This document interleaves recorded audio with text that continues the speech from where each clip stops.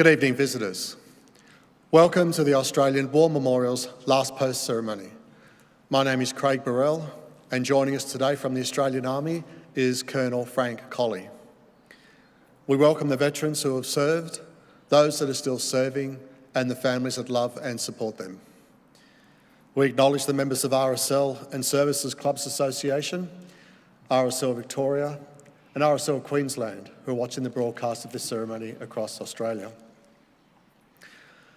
During this evening's ceremony, wreaths will be laid at the base of the Pool of Reflection by visitors to the memorial.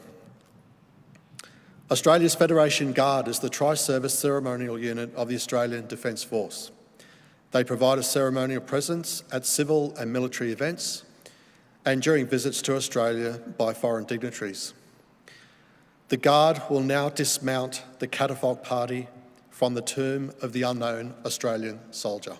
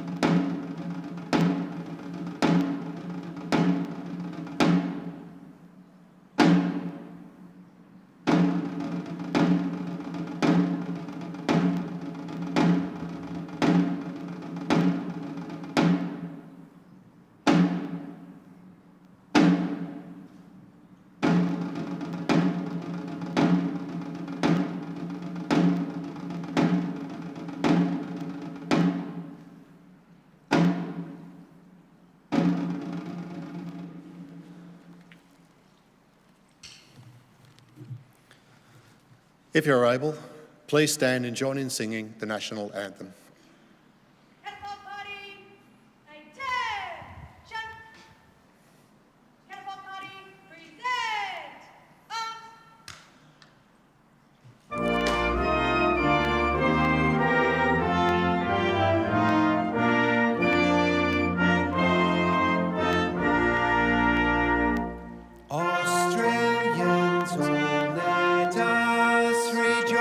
For we are one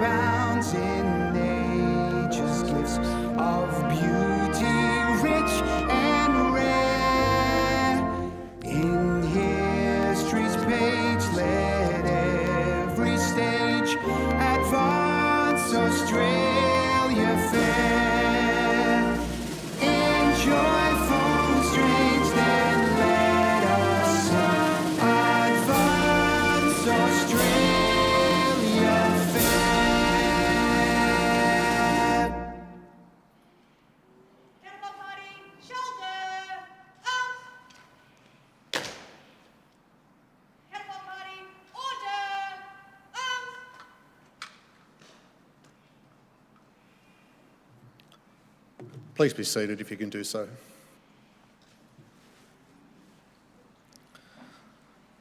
The Australian War Memorial was the vision of Charles Bean, Australia's First World War official historian. Bean landed with the Australian troops on Gallipoli and stayed with them at the front through to the end of the war.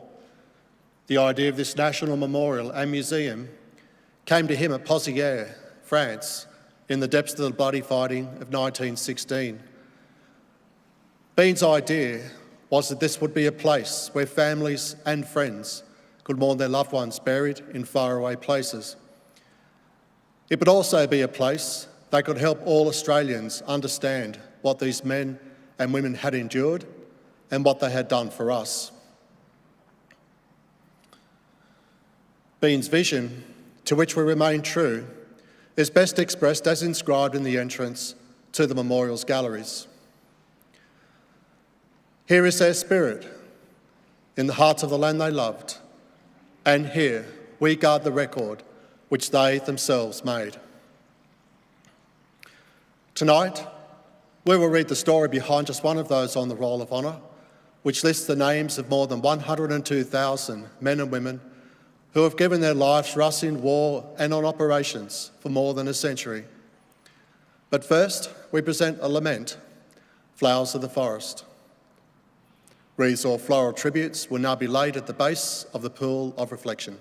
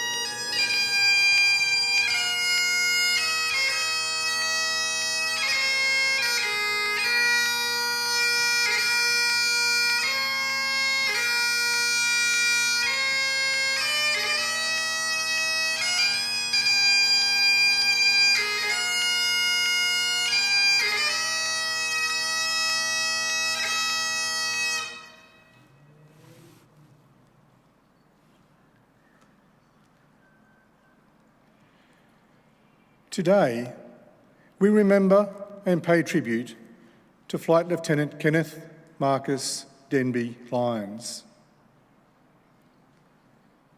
Kenneth Lyons was born in Brisbane on the 28th of December 1911, the only child of Marcus and Elsie Lyons. When he was 13 years old, his parents filed for divorce. As a result, the court determined that Kenneth should be boarded at Scots College in Warwick.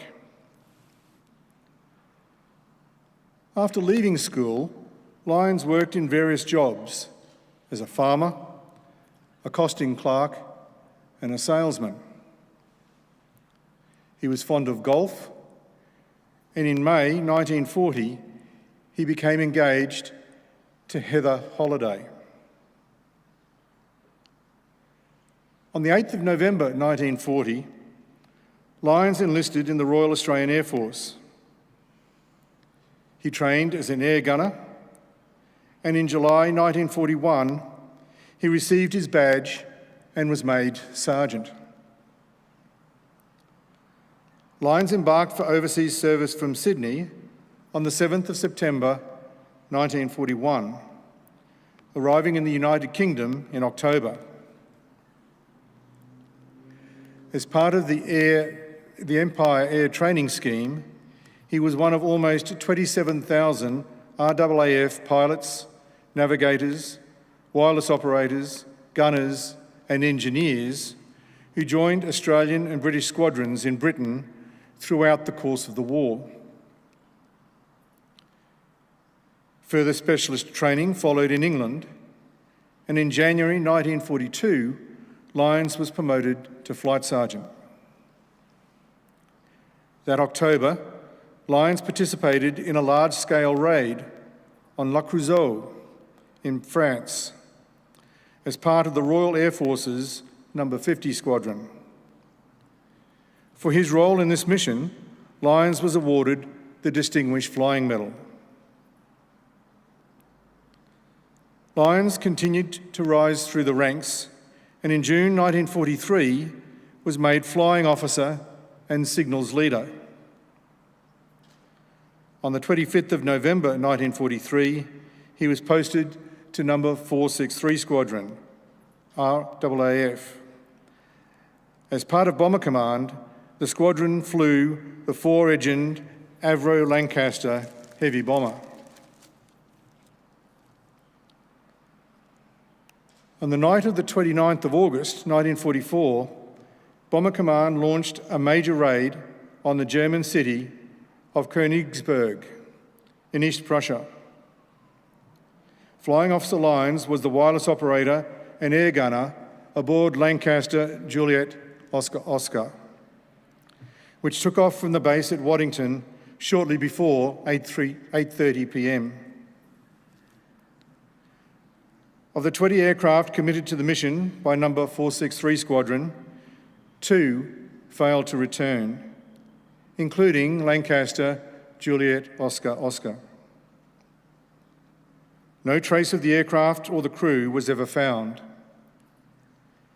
Those presumed killed in the crash with Flight Lieutenant Kenneth Lyons were fellow Australians, Flying Officer Maurice Rowe and Flight Sergeant Terence Ryan, along with British Airmen, Flight Sergeant Albert Fox and Sergeants Kenneth Butcher, Walter Hill and T. Byrne.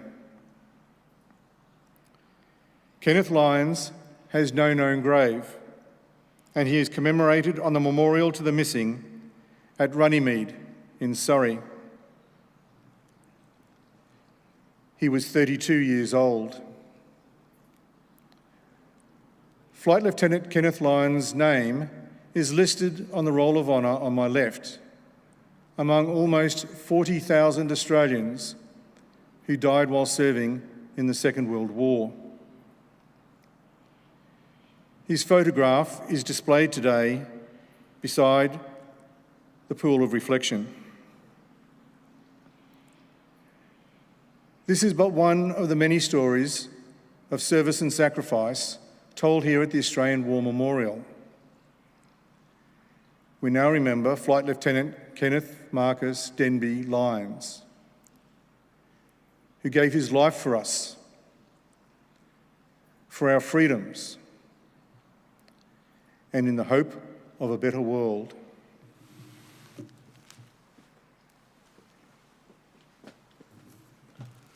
Please stand for the reading of the Ode and the sounding of the last post.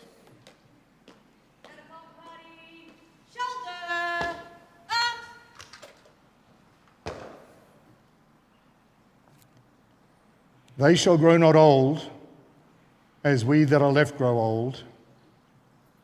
Age shall not weary them, nor the years condemn. At the going down of the sun, and in the morning, we will remember them. Remember them.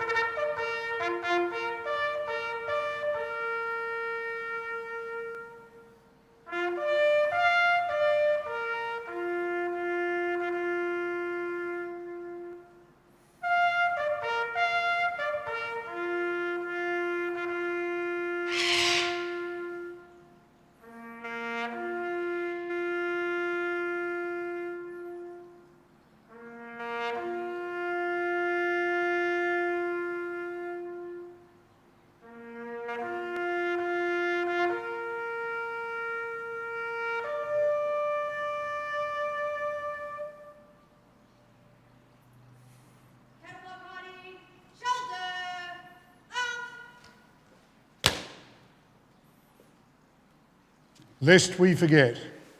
Lest we forget.